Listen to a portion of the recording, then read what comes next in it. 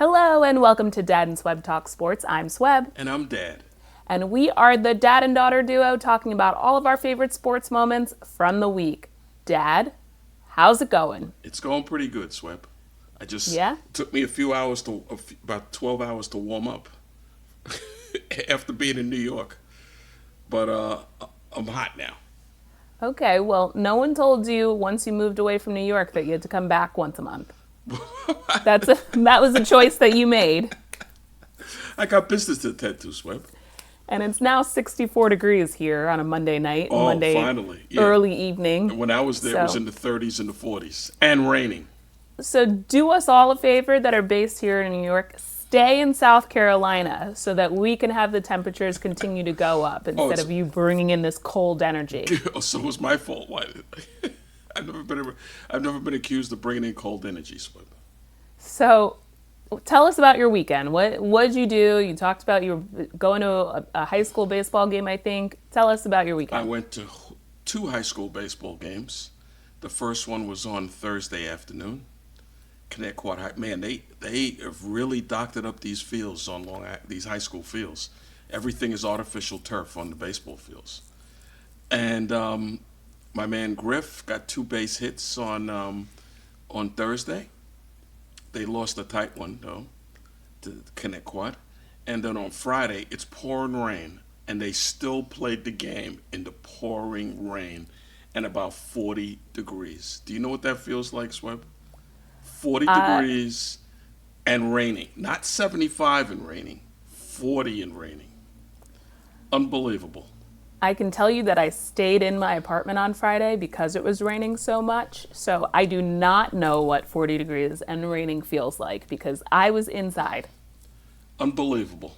Unbelievable. But I showed the tough guy that I am, and I toughed it out, Sweb, until they called the game in the seventh inning. In the last inning, they called it. Okay, I'm glad that you toughed it out. Don't hit the table all episode. Sorry. We're trying to be better about that in terms of audio and video. If you hit the table and the camera starts shaking everywhere, doesn't create the best experience for the people tuning in. Oh no, we don't want that, Sweb. We don't want that. Exactly. We want a good experience. So anything else fun that you did this weekend? Ate a lot of fast food, Sweb.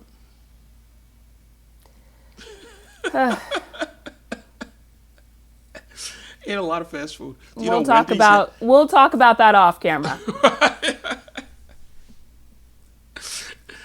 Oh, gosh. Do you want to ask me what I did this weekend, Dad? You know, are we having a conversation or am I just interviewing you? Oh, I thought it was all about me, Sweb. I didn't know it was about you too. What did you do, Sweb? Well, I stayed in on Friday. Saturday, I went to an indoor mini golf place in New York City called Swingers NYC. They have a few locations, actually. I think one in London and maybe one in Austin. Played some mini golf. It's like a big warehouse that has like 5 or 6 different mini golf courses all over. And you play, it's only 9 holes. I was just getting warmed up and the guy was like, this is the last hole and your ball is going away. So there was like a prize wheel and you could spin on that last hole to get something free if you made a hole in one. I did not. But it was fun. A lot of fun. It was raining on Saturday as well. What was it, like a par 3 type place? Yeah, everything was, I would say it's a par 3. So the way that they set it up is that they have, all these barriers and stuff on the course. They have like a gold, silver, and bronze on the course. So if you hit it, say your first hole is like a ring, there's like 3 rings surrounding each other. If you hit it into the bronze ring, your ball will end up as far away from the hole as possible. If you hit it into the gold ring, your ball will either be a hole in one or it will be like two putts. So that I hit it into bronze a few times and my ball ended up off the course. So it's been a long time since I played mini golf. I was not pleased with my showing, and by the time I started to get warmed up and was feeling good, it was the 9th hole. And I had to go for it on the 9th hole so I could get something free for the hole in one. So that ended up being like four strokes. You got to get out on a real golf course, Sweb. I know. That is a goal of mine, to learn how to play golf. It's kind of challenging in New York City. Get your brother to give you some lessons. I don't think either of us have the patience for that. Why, you don't think he would have the patience to teach you? No. He's full of patience. Remember when we used to go on vacation and we'd drive the golf cart while he was playing? Yeah. Do you think he has patience? I think I'll just pay someone to teach me. All right, so speaking of golf, the Masters, a tradition unlike any other. Unbelievable. Rory McIlroy ends up winning in a one-hole playoff, beats Justin Rose on one stroke in the playoffs. He completes the Grand Slam, having won the Masters, the PGA Championship, the U.S. Championship, and the British Open. And also, I think, one of three players to also have won the Players' Championship. So he becomes the sixth player to complete the Grand Slam. Now, Tiger Woods has done that 3 times. But people are saying he's one of the best golfers of this generation. Yeah, he is. And let me tell you something. So I'm watching it in the airport and then got to get on a plane. So the plane was like half empty. But the Campbell University baseball team is at the terminal. They're getting ready to get on. So I get on, I take an aisle seat, like midway through, halfway back. And there's 2 empty seats next to me. Then one of the coaches of the team comes on and says, can I get in there? I said, yeah, sure. I was hoping one of you guys would get in here so I could talk, so I could interview you.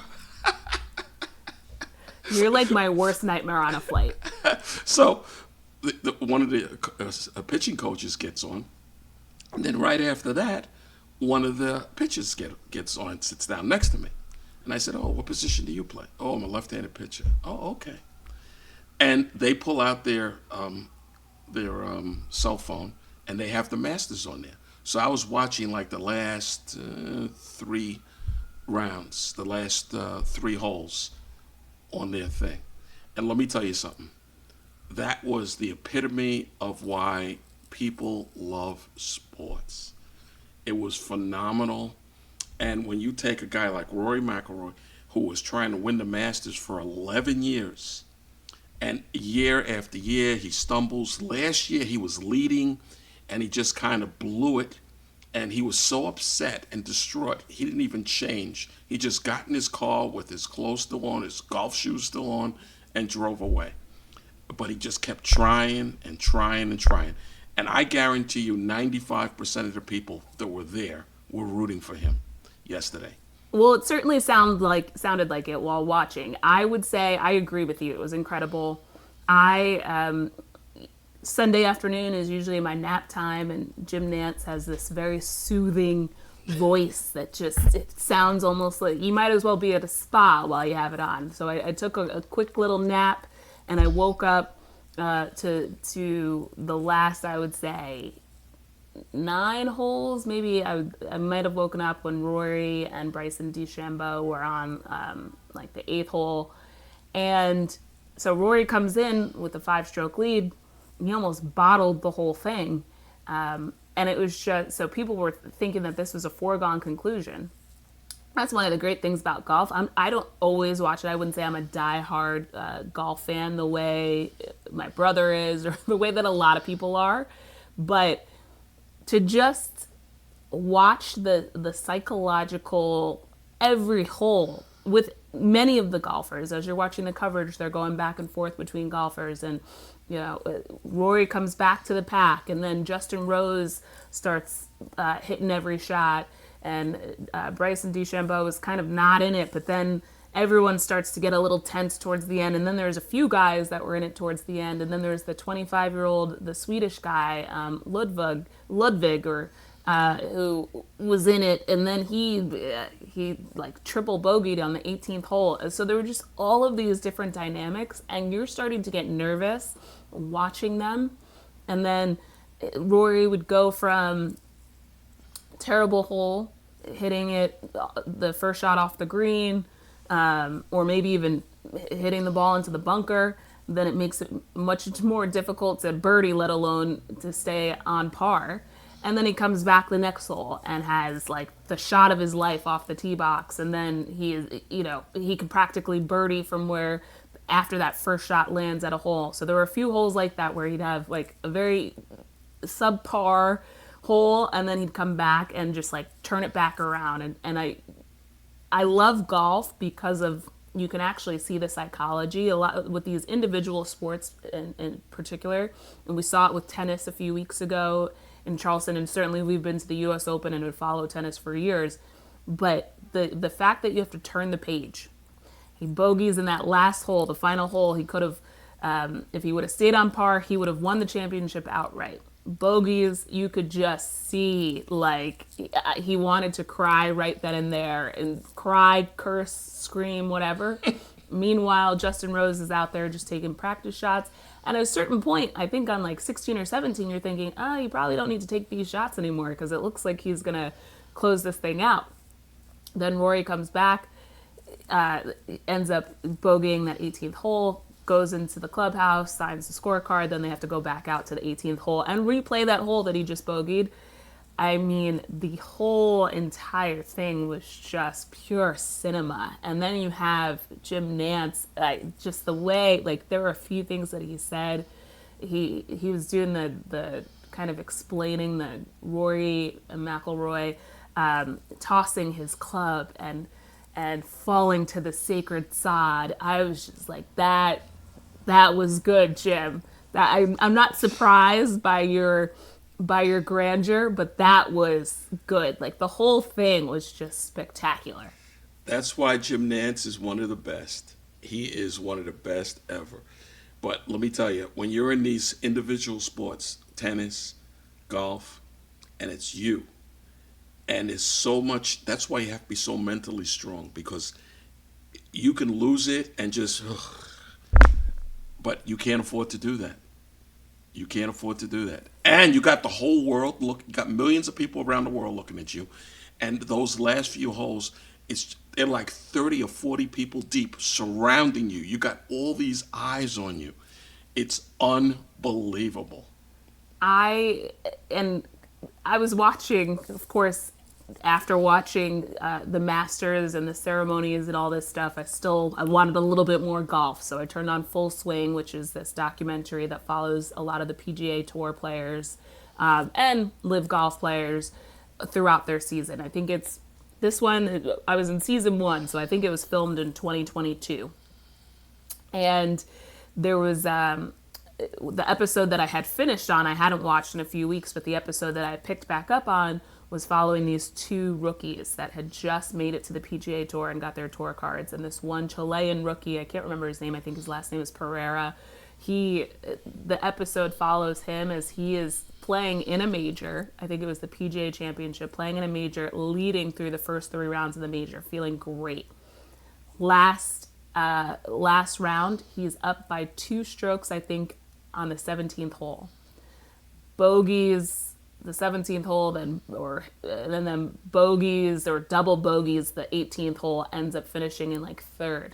And this was his first ever PGA tournament. This is his first ever master or major tournament.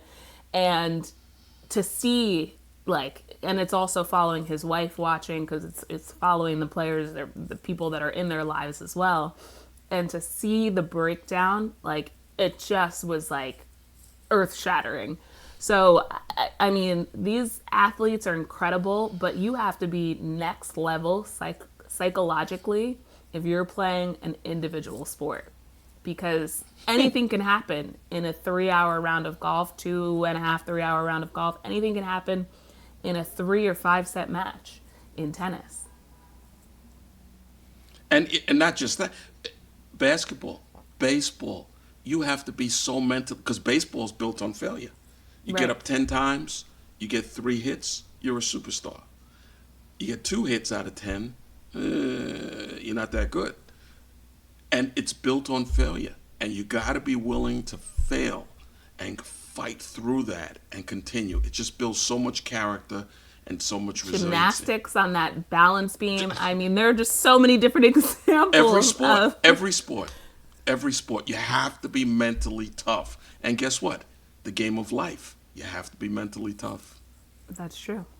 To hold a job, to do a good job on your job, to pay your bills, you got to be mentally tough. to be a good True. family, husband, wife, mother, father.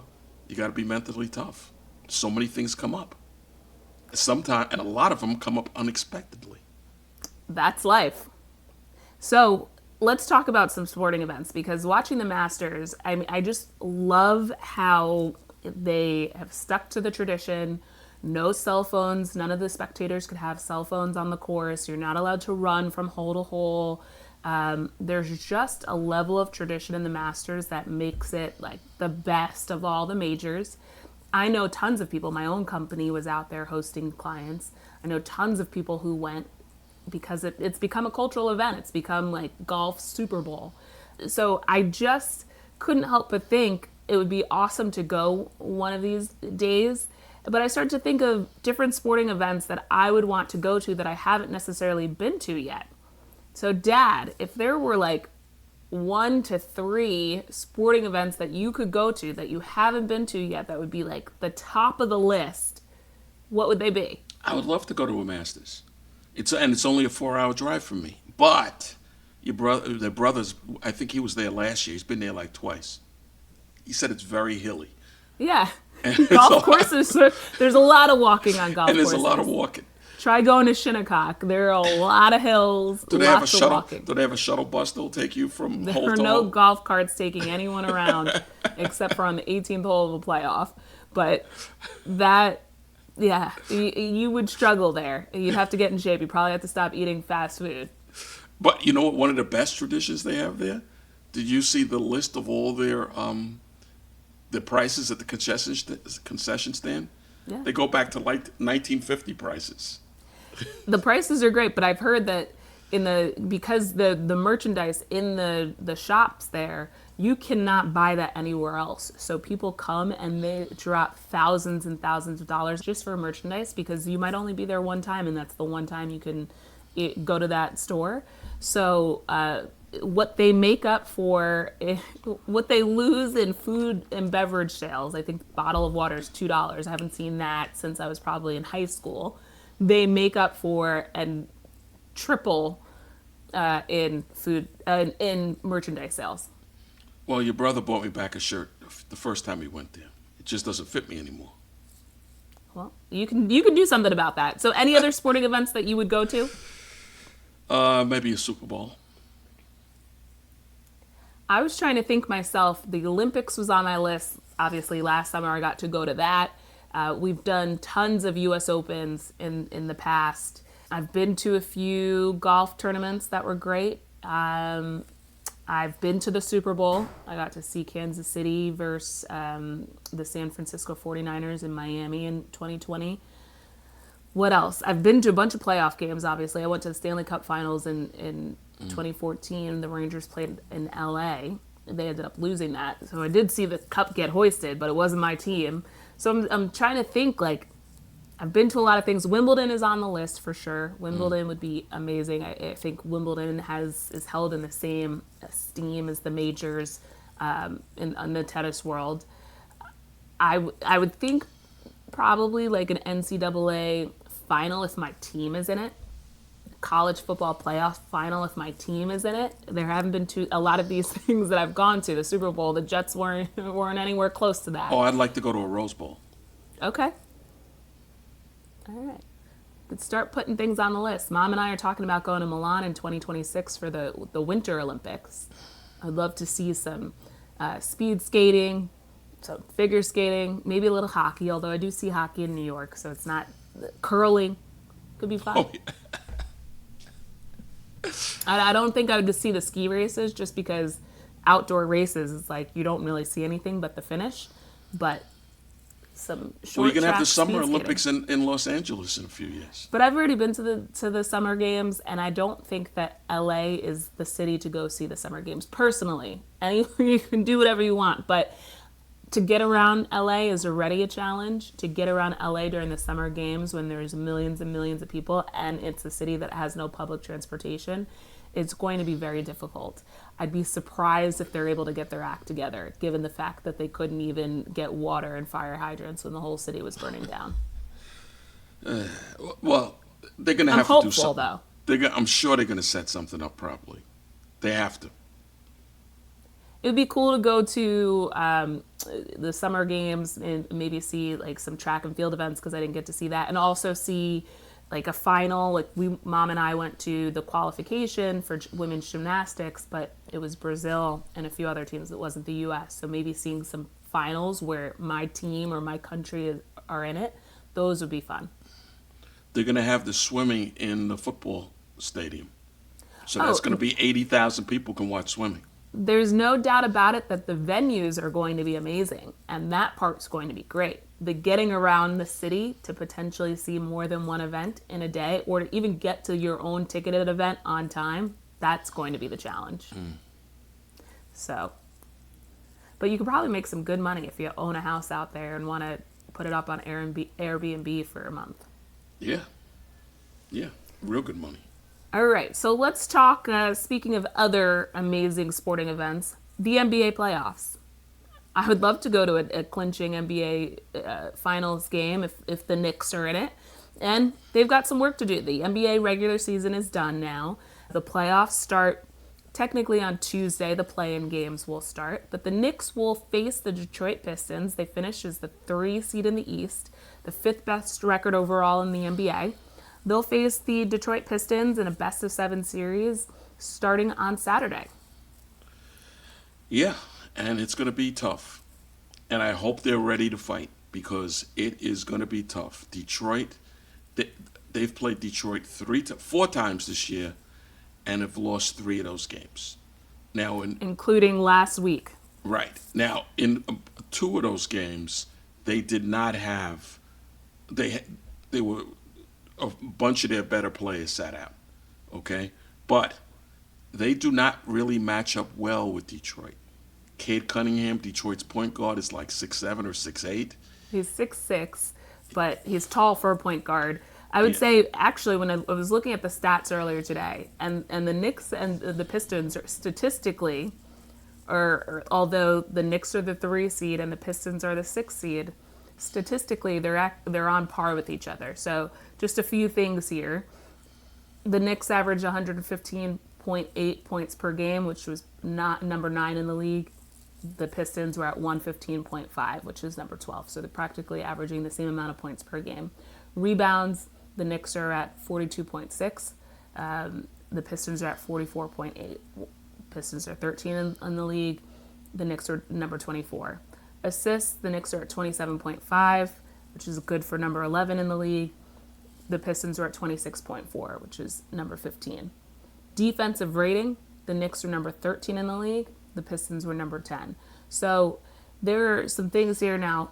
In looking at the season statistics for the players themselves, the Pistons also have a very well-balanced offensive attack.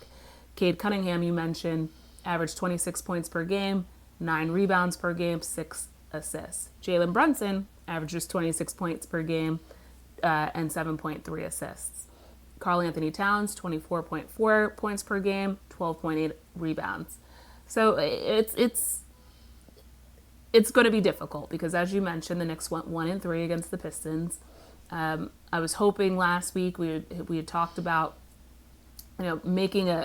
proving a point in this game that they had on April 10th to let them know, hey, like the Knicks are going into the playoffs confident, and of course the Pistons end up winning that game. So I would say not everyone was playing, but it's still not the showing that you want. As we talk about the playoffs, Dad, who would you say is the X factor for the Knicks for this first round of the playoffs? Normally, I would say Bridges because he's been kind of up and down. But Karl Anthony Towns, he has to perform real well. And he can't sit out on the three-point line just chucking up three-pointers and clunking off. This is what he did in Minnesota last year in the playoffs. He can't. He's got to go down low and use his 7-foot frame and 260, 70 pounds and punish people. He's got to do that. So I have 2 players here. The first one is Mitchell Robinson, because with Mitchell Robinson in the lineup, the Knicks play defensively a lot better, which was seen once Mitch got back to playing. The Knicks were a way better defensive team. What I'd like to see Tom Thibodeau do is play Karl Anthony Towns and Mitch Robinson together at the same time, similar to the way that Minnesota used to play Rudy Gobert and Karl Anthony Towns at the same time. That allows for Mitch to be back there holding things down defensively and, not letting Karl Anthony Towns get run over and pass by every possession. So I would say that he is an X factor. Now with that, the second X factor would be Mikal Bridges, and here's why. If Tom Thibodeau is able to play Mitch Robinson and Karl Anthony Towns at the same time, he's got to go with a bigger lineup, which means that OG Anunoby is playing the 3, and Josh Hart kind of is the player that would have to play less minutes or come off the bench or figure out the math there in terms of the minutes played. But that means that you need to have a 2 that can hit shots, that can score, point blank period. And that has been the challenge with Mikal Bridges, is that he's not consistently scoring and showing up offensively, let alone defensively. So I would say he is also the X factor. Now he's in the starting lineup, right? Like everyone top to bottom in the starting lineup is important to this. But in order for the coaching staff to play Mitch Robinson more, that means that you need offensive production from your 2 and your 3. Yeah, and they got to make sure they get it. And those guys have to come up big. If they don't, it's going to be very embarrassing. Do you know Detroit had one of the worst records in the NBA last year? And if I can remember right, I think they might have had the worst record in the NBA. And but they were doing it with young players. And they picked up a few veterans, and their young players got better. Cade Cunningham. Their top draft pick from 2-3 years ago, Jaden Ivey, it got injured and is out for the rest of the season. Right. And that happened midway through the season. Right. So they could be even more dangerous next year. Right. He broke his leg. Right. And Cunningham missed a lot of last season with injuries. But he's healthy this year. And they've hit on these draft picks that they've had, these high draft picks. And that's the whole key, or most of them anyway. And that's the whole key. And you know just as well as I do, if the Knicks don't win this series, it's going to be ugly in New York. Well, if the Knicks don't win this series, people are going to be screaming for the whole thing to be blown up and the house to be burnt down. Quite frankly, I've been very excited about the Knicks front office and the coaching staff. I've already seen on Twitter, because of the way the Knicks have played against Cleveland and Boston, that they're talking about going with a new head coach. People are hyperbolic, especially New Yorkers. You know this to be the case. Yeah. So I'm speaking of one of them right here. So I'm never booing my own team. You're never booing your players, but you live life being hyperbolic. It's always the best meal you've ever had, and the best. It was phenomenal. But I'm always saying something positive, though. I'm not saying get this guy out of here, trade this guy, fire that guy. It's always positive, Swebb.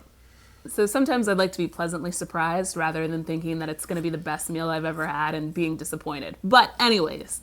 I got to tell you about a new deal Wendy's has, by the way.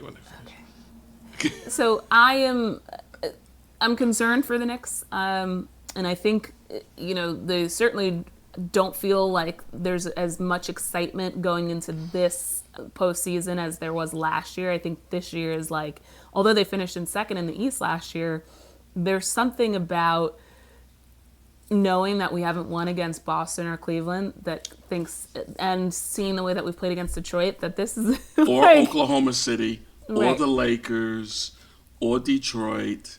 That's why. Now, if they can go and lay a beat down on Detroit and close that series out in 5 games or so, then everyone's back and thinking that they're going to win the whole thing. That's how it goes. If they're eking things out, people will still be excited, but they'll go into the second round thinking, I'm probably going to play the Celtics. It's going to be tough. So if they can go in and play really, just don't let their foot off the gas against Detroit, then everyone's back in it. But it's times like this after seeing Mikal Bridges, you traded for a guy, you used a number of draft picks, and he's been quite a disappointment. And I can't help but think I wish that Dante was in that role. If like we could just switch those two players, it would just be, the Knicks would be a way better team because there'd be a lot more fire on the court. He can hit the open shot, he can score, he's not afraid to create his own shot, and he also plays great defense. That's the one thing that I wish that if we could, like, I think the trade was worth it because I think Karl Anthony Towns is a great player, but I just wish that we still had Dante in this whole mix because Mikal, and now you have no draft picks and you have a guy who seemingly can't get it together, and it's not like he's a rookie. He's 27 years old. He's been in the league for a while. This is his third team that he's played for. So it is, I'm hopeful, but we'll see. We'll take it game by game. Saturday, 6 p.m. at the Garden. At the world's most famous. It should be good. They better come ready to play. They better come ready to play. All right. So, Dad, speaking of, you want to tell me about this Wendy's thing before we jump into anything else that we're excited about? Oh, it's a biggie bag. $5, hamburger, fries, drink, and 4 chicken nuggets. Okay. I recommend you not investing in that too often. I haven't had Wendy's is my favorite of the fast food chains, but I have not had Wendy's in a long time. At least a year, and I think the last time I had it was probably in an airport. Well, $5 wasn't a major investment, Swebb. Well, it's more of the health investment. So Health? I would recommend having some vegetables tonight for dinner. Fresh green vegetables. I didn't have 2 biggie bags. I only had 1. Okay. And did you go for a walk today? You should try and exercise. You can have a biggie bag if you're gonna walk as well. But if you're not gonna exercise, you can't sit around and then have a whole bunch of fast food. I walked out to the grill when I grilled 2 hot dogs. Okay, so 2 steps. Have some vegetables and walk for 10 minutes around the block and then do what you want. But you got to get it together. I'll see what I could do, Swebb. When it's raining, last week I did a bunch of exercises in my living room right here while I watched TV, caught up on a show, listened to a podcast, and I brought out some weights. I had some ankle weights. I have some resistance bands. And I did 25 or 30 minutes worth of body weight exercises, light weights, lots of reps, just to get the blood flowing. You have all that equipment right in your apartment? Yes, I do. So it's better and it's cheaper than a gym membership. Okay, so let's talk about what you're excited about for this week besides the Knicks and the NBA playoffs. Well, more baseball. You still got the portal open for college basketball. Oh, did you see what happened? Well, no, we'll talk about that another time. At Tennessee? Yep, there's more portal drama. We will talk about it another week. Swebb. We will talk about another week. We've been recording for 34 minutes. We do not need to talk about the portal right now. Everyone has already heard how we feel about the portal. I promise you, everyone who tunes into this, we will talk about the portal. We will talk about the NCAA in more detail, but that needs to happen in another episode. Okay. So, I'm excited about the NBA playoffs. It's Easter this weekend, so I'm going to do some things with some church friends as well. Get together with some friends from all over the city because I have off on Friday and Monday, so that'll be good. And I am excited. I mentioned this last week. The women's college gymnastics final 8. The semifinals is Thursday. Finals is Saturday. So I'll be recording that. Maybe even open up my laptop so I can watch different camera angles. ESPN will have all these different. They'll have a camera on each apparatus. And the weather's getting nice. I didn't go to work with a jacket on today, so things are looking up. It was that warm? It was comfortable. I had a blazer on, but I didn't have an outer jacket over it. Excuse me, Swebb. I'm a businesswoman. Okay. So, before we close things out, do you want to leave us with a dad tip of the week? Yeah, like Rory McIlroy, never give up on your dreams. Never give up on your dreams. No matter how difficult, no matter how out of reach you might think they are at times, you just got to keep plugging away, keep grinding away, and never give up. That's my tip of the week, Swebb. That's a great one because it took him 11 years between his last majors win and this Masters win. He said it took him 14 years to try and accomplish winning the Masters. So never give up on your dreams because they might be achieved in a year, they might be achieved in 2 years, or it might take 14 years. You never know. Right. But if you don't give up, one day it will come true. I love that. So that concludes this week's episode of Dad and Swebb Talk Sports. Be sure to follow us at Dad and Swebb on Instagram and X, and subscribe to us on YouTube and Rumble, and share this episode with a friend. We will see you next week. So long. Thank you for tuning in to Dad and Swebb Talk Sports, the show where we cover all of our favorite sports moments from the past week. Don't forget to subscribe on YouTube and Rumble, and follow us at Dad and Swebb on Instagram and X. See you next week.